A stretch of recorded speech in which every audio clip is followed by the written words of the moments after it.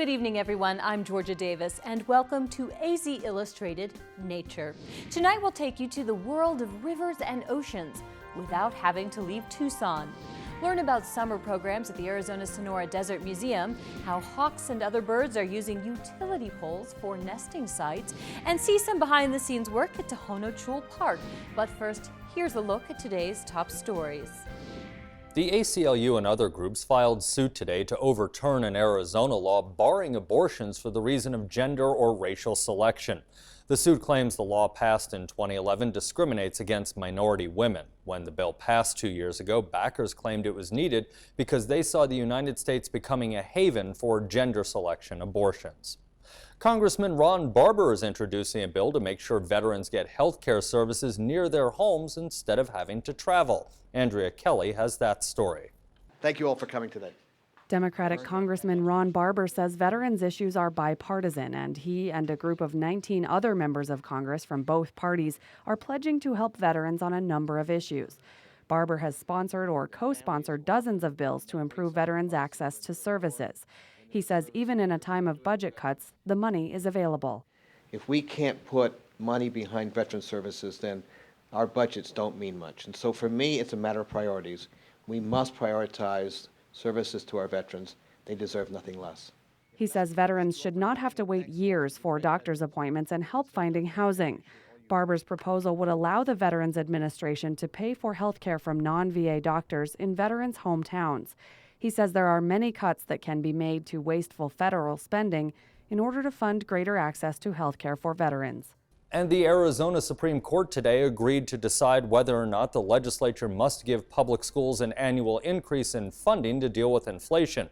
The case is scheduled for arguments in July. And that's a look at tonight's headlines.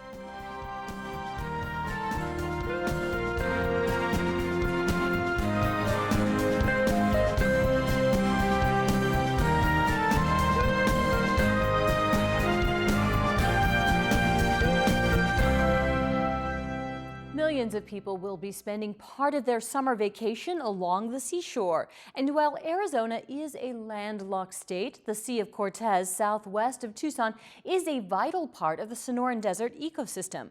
Tonight, we take you to the Warden Aquarium at the Arizona-Sonora Desert Museum, where we can learn more about the importance and variety of aquatic life in our region.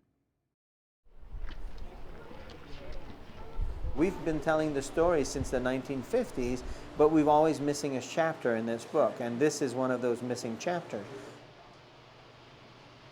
We wanted to tell the story from the beginning of the water all the way to the bottom. So for us, it was important to start up in the Colorado River, take it through the Grand Canyon all the way to the Delta, and then from the tip of the Sea of Cortez all the way to Cabo Polmo, which is right at the tip of Baja California. So for us, we felt that to tell the story was to include that entire watershed. For me, in graduate school, I actually studied desert fishes, and so I have a keen fondness and awareness that there's 36 native species of fish to Arizona alone. And then, of course, as you get into the Gulf of California, there's over 800 species of fishes down there. So there's this amazing biodiversity that's well adapted to the environment that it originally was found in. The tanks contain a justifiably small sample of the numerous species found in Sonoran Desert waters. There are several ways to legally obtain animals for display, including removing them from the wild. For us, selecting these species is very complicated. We don't have permits to go down in Mexico to collect, so all the animals were purchased from suppliers that are what we call MAC certified. And MAC certification is the higher level.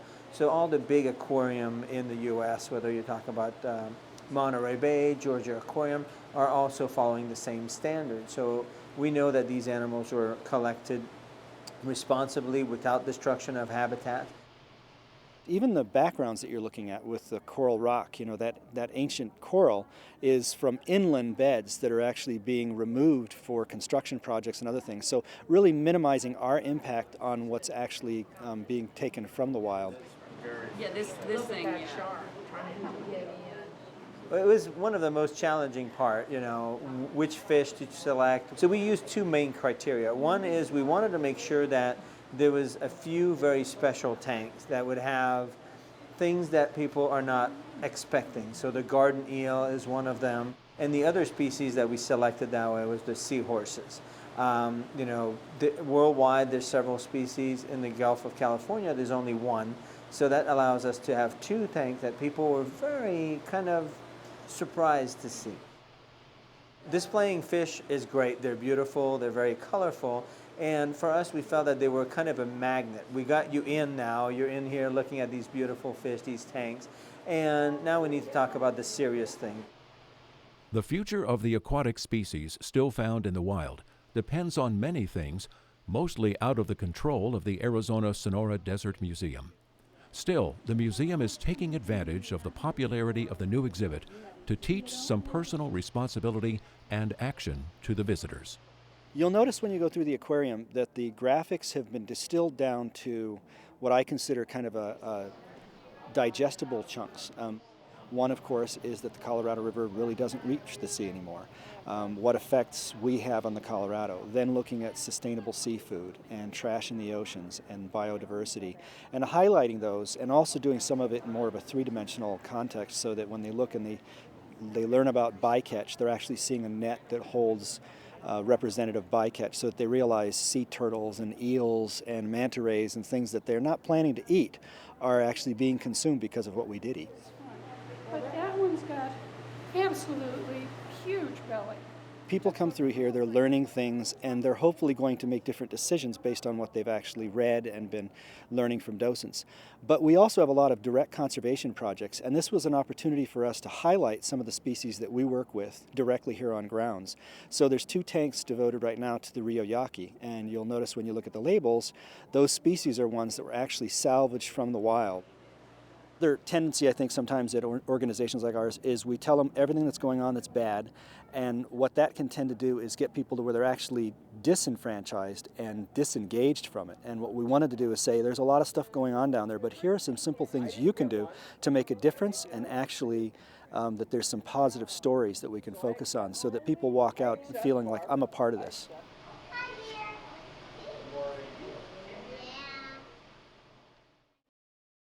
Now we are joined by a couple of guests from the Arizona-Sonora Desert Museum who will tell us more about some of the activities and programs at the popular destination. Stephane Poulin is the General Curator at the museum, and Shawnee Riplog-Peterson is the Curator of Mammalogy and Ornithology. Thank you to both of you for coming in. So let's first talk about the new addition to the museum. So exciting. We haven't had a cub, a mountain lion, this young in my history, and I've been there over 20 years. So it's very exciting to have a 5.5-month-old mountain lion cub. It's great. So I understand the public can now go see this cub, right? Yes, they can come out and see him, and he's still a little shy, skittish. My gosh, he's only 5 months old, so he's gone through a lot in that 5 months.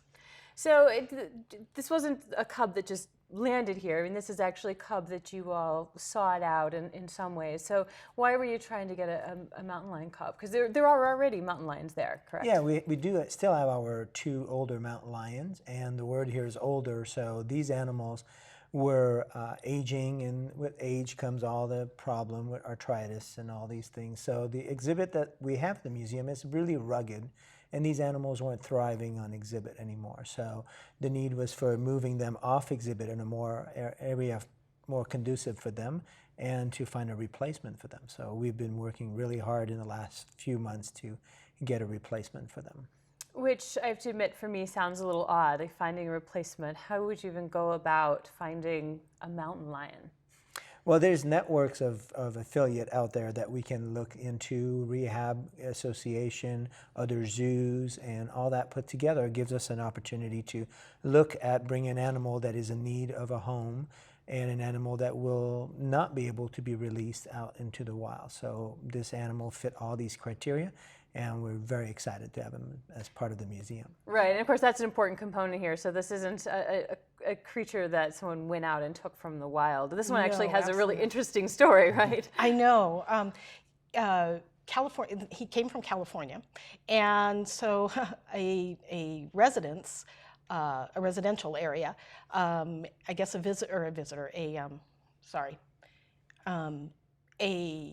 a So just a resident. Thank you. Yeah. A resident went out into their backyard and said, oh my gosh, there's a mountain lion there. So they called California Fish and Wildlife and then California Police Department in San Jose. And they dispatched and said, that is definitely a mountain lion. And so they were able to net the mountain lion and take it to the California Fish and Wildlife and really do a nice workup, blood work on the animal, and just wanted to do a really good health check. It turned out it was perfectly fine, except it was very underweight. So this animal then was probably 3.5 months old, and they don't even leave their mother until they're about a year old, so it didn't even know how to fend for itself. So he was only 15 pounds when we got him, and he's over 50 now. Wow. Oh, that's incredible. But no one really knows where this cub came from then? We don't know. No, just showed up in someone's backyard. So. And he's not really equipped to then go out and live on his own, I guess. No, he has been noted, though, chasing squirrels around in the exhibit and going after some birds. So he has that little bit of skill. Well, but that means he's got also a lot of entertainment value for visitors who want to come out and see him. He's still a little shy, but if you're patient, he will be out more and more. And we had to acclimate him to all the sights and sounds and teach him to shift from side to side in what we call the safe area or the night den. And then we opened it up to the docents and staff slowly, and then to the public. So he's just starting to understand glass, because we have a great big glass viewing area, and we're hoping that he'll want to stay up there and interact with the public. Interesting, fun. So he had to learn to get used to his new surroundings too. Great. Well, let's talk about some of the other programs that are going on then. So people can come out and see this cute little, not so little, mountain lion cub. But what else is going on this summer? Well, we're really, really excited. We're just around the corner to start our summer program called Cool Summer Nights. And that will start on June 1st. And for the month of June, July, and August, on Saturday evening, we are open until 10 o'clock at night, which really gives you a different view of the museum, a much more pleasant for the public and also much more pleasant for the animals to be out. Yeah. Well, and I like to scuba dive, and we sometimes do night dives because you can see all different creatures at night than you can during the day. So, I mean, does it change the experience, not just it's cooler, but in terms of what people see when they go to the park? Definitely. You see other behaviors, more activity, and you also see more wildlife that's just on the museum itself. A lot of scorpions. People will go out with their black light looking for scorpions, and once in a while you encounter a tarantula coming across the path. So all this makes it a very, very different and more exciting event. Well, we don't have a lot of time left, but still I want to talk about diamonds in the desert. I take it this isn't something I would wear on my finger, right? Well, a little bit different than that. You know, this year is the 60th anniversary of the museum, and the symbol of 60 years is the diamond. So taking this in consideration, we decided to create an exhibit using rattlesnakes that have diamond in their name. So the red diamond, the western diamondbacks, putting them in an exhibit, focusing on them. And with that, it's going to be a temporary exhibit that will last the next 3 months, and we'll be able to showcase these animals. We partner with a local jeweler, Sheffield's Diamond, and they provided us some accent to put in the exhibit. So starting on Saturday, so it's some that I could wear on my finger. Maybe, you know, they're on the very well protected area there. So diamonds and diamonds. All yeah, right. Exactly. Well, thank you both for coming in today. I appreciate this. You're welcome. Thank you for having us.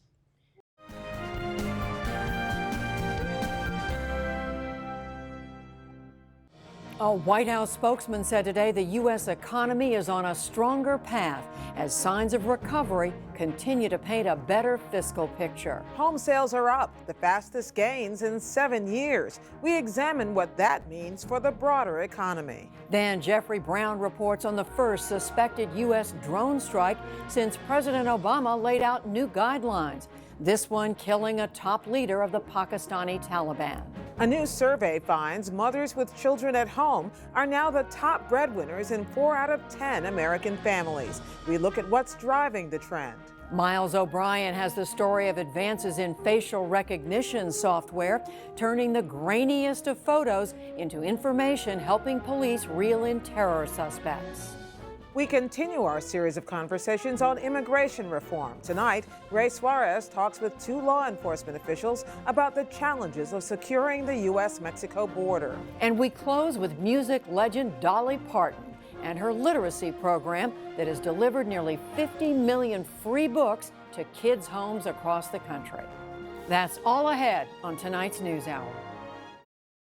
Houston is famous for its hundreds of petrochemical plants and at one time also for its polluted air, but that's changing. I can look out of my office window now and almost every single day see downtown, and that wasn't the case 10 years ago. I'm David Green. How Houston is cleaning up its air on the next morning edition from NPR News. Human encroachment and development have substantially impacted wildlife habitat around the world. In some cases, species have been wiped out. In other instances, animals and plants have adapted to human activities. Next, we learn about a program at Tucson Electric Power Company that is helping some of nature's most awe-inspiring birds survive life in the metropolis.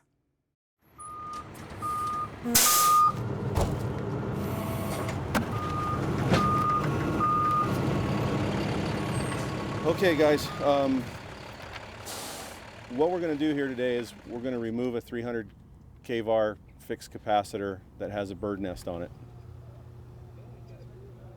One of our employees who does patrol for communications spotted the nest when he was doing his patrol. It didn't look normal, so he came back and took a look at it. Sure enough, that's when we had 3 owls in it. There was a mom and 2 babies. It's been an active nest for several years. The raptor likes to go to what they can find is the highest point where they can look down on their prey. They like to stay up there to keep out of harm's way so other animals don't come and attack their young. So they like to get up on their poles. It gives them a nice view of the area down below them.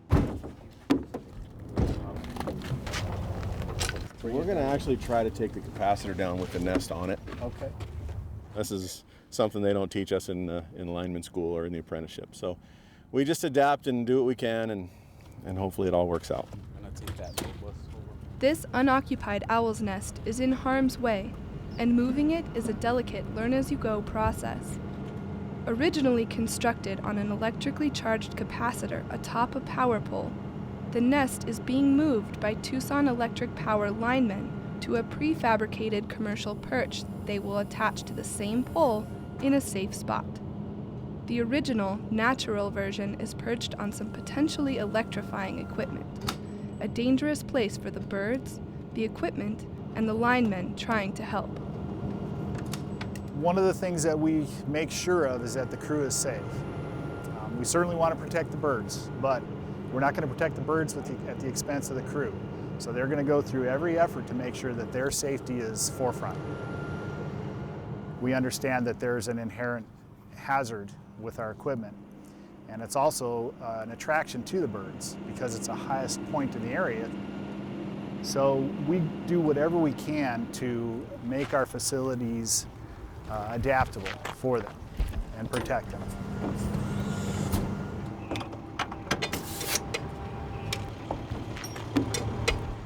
What we want to try to do with these structures is turn them into what we call a rubber tree. That goes ahead and prevents the birds from getting electrocuted if they happen to roost up there. Rubber tree is pretty much, we've got everything protected on there. We've got our cutouts protected, we've got our arresters covered, we've got our center phases, we've got our transformers, the bushings coming out of there, we've got our jumper wires, all that. So we're trying to rubber up everything that bird can get into that can get them electrocuted. You'll see the 3 wires going across. They can go from one wire to the other. They can go from phase to ground, and that can also electrocute them. So we want to protect all that equipment up there, the grounds, jumpers, as I said, to make that as safe as possible for the raptors. It's not just nest sites that are possible problem areas. Raptors using towering poles as perches can accidentally make a deadly connection between the wires. 15 years ago, TEP began modifying its equipment to protect the birds. Throughout their service area, many of the places you'd find a raptor now display examples of their efforts. Since 2002, bird protection has been a part of all new construction, yet there are still areas of hazard. What we're concentrating most on now are the nest sites. They have the young in them. We want to go ahead and protect the poles around the nest sites. That's our priority, to protect the young in the nest. Of course, then you're going to have more raptors. Our second is where electrocutions occur. We get with the University of Arizona. They come out and they do a survey of the area, and they let us know if there are nests around, if they deem this to be an area that needs to be protected. We get call-ins from customers, we get call-ins from our own crew. We'll go out and investigate, and based on what we find, that's where we decide what we're going to protect. Doesn't get much better than that. We've got a partnership with the University of Arizona, who actually provide us with some statistical analysis of the impact we've had. And the electrocution rate on juveniles in the nests has gone down significantly in the 15 years we've had the program.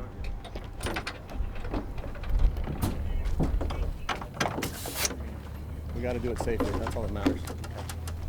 Down the line a few poles from the nest, the crew takes care of more possible hazards. What we're going to install at this location is an insulated hood. It goes over the center phase only, so that if a bird were to land on the crossarm between the center phase and the outside phase, or the center phase and the pole, if it were to spread its wings and contact the center phase, it's isolated from this, so it can't get to something that's grounded off the energized phase or get between an energized phase and this energized phase. So it protects the bird from two different things. The center phase is the most common place where a bird will land and then have a contact issue.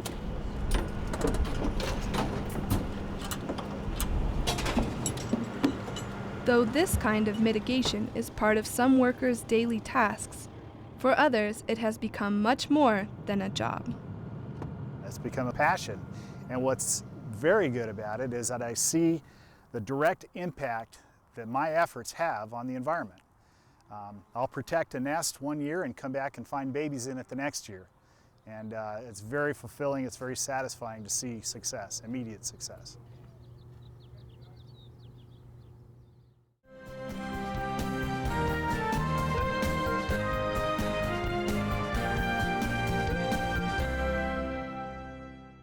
Plants in the Sonoran Desert have to be tough to survive. They have to handle our very high temperatures, our extremely dry conditions, and our occasional winter cold spell that can kill less resilient species. That is why if you use native plants in your landscaping plans, you are much more likely to be successful. We learn more about this from experts and volunteers at Tohono Chul Park, northwest of Tucson.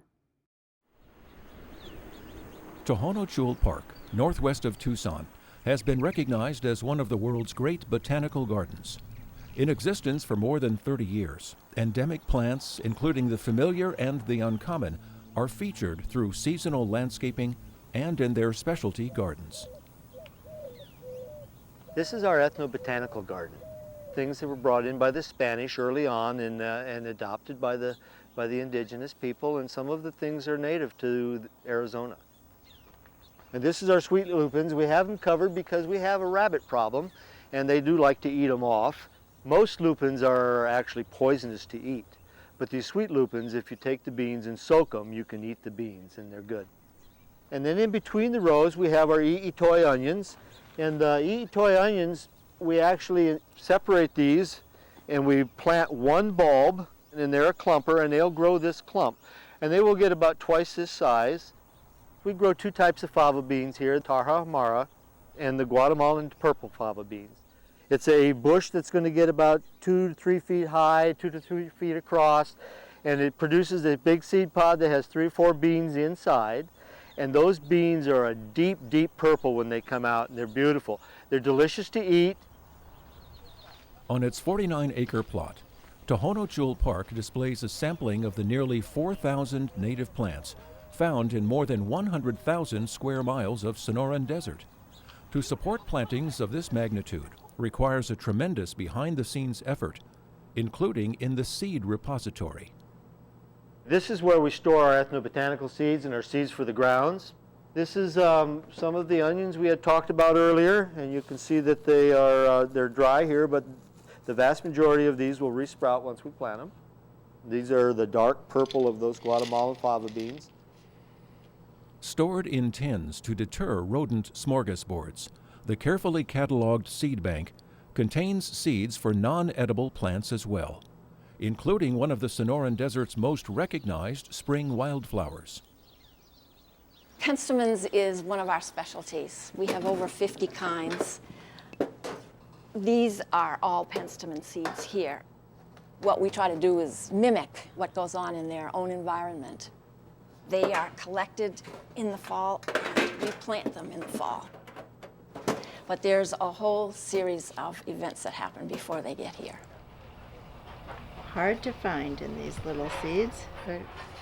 We use seeds because we're interested in getting the characteristics that come from generations of plants, because we want plants that are going to be happy here, that will take the cold and the heat and are low water. And we've seen over time some of the plants actually adapt when you get second and third generations of those plants. Anything that we grow is basically seeds. We do have layering, we do some divides, we have a few cuttings, but it's basically from seeds. This is layering. It's a vegetative form of propagation. What we will do is make a small groove, insert the node. Layering uses a shoot from the parent plant, covering it with soil until it produces roots, and then separating it from the original.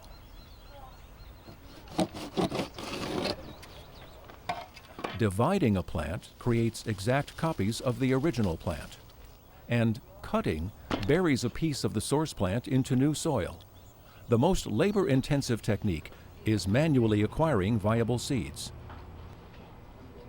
We put a lot of effort into our propagation program because it's another way where we can show people that the things that they think of when they think of the desert isn't all that's here. There's so much behind that. People are creative, and we can create with our environment, with plant propagation, and we can do it in a way that still allows us to live in a beautiful way and in harmony with our region.